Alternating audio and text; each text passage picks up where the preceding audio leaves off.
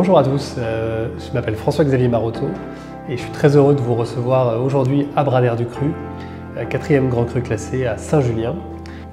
Braner est une propriété familiale en plein cœur du Médoc, entre Margaux et Pauillac et Saint-Estèphe. Donc les vendanges 2020, comme vous pouvez l'imaginer, n'ont pas forcément été les plus simples. On était sous le régime de la Covid, mais ces vendanges ont pu se faire de la meilleure manière possible. On a commencé le 14 septembre, ce qui est précoce, mais pas non plus ultra précoce.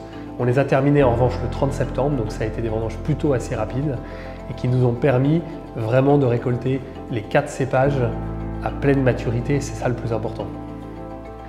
L'assemblage de 2020 est un assemblage relativement classique avec 58% de Cabernet Sauvignon, 32% de Merlot, 7% de Petit Verdot, ce qui est un pourcentage alors un peu plus élevé que la normale, mais parce que c'est un cépage qui nous a beaucoup apporté cette année en 2020, et 3% de Cabernet Franc.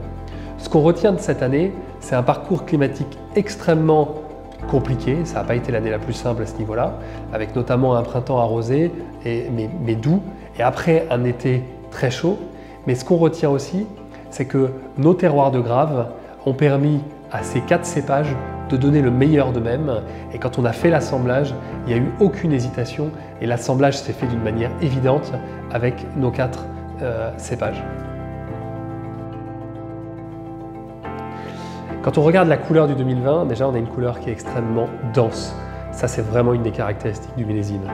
Après, quand on regarde le nez, on a un nez qui est extrêmement expressif, avec des notes de fruits mûrs, avec des notes épicées et des notes très fraîches.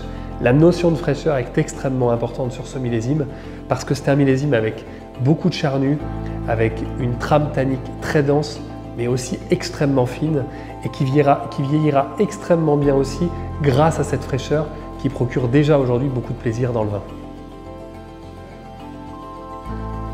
En tout cas, j'ai hâte que vous puissiez découvrir ce vin et j'espère que vous aurez autant de plaisir que nous à boire ce millésime 2020 qui s'annonce déjà comme un très grand millésime.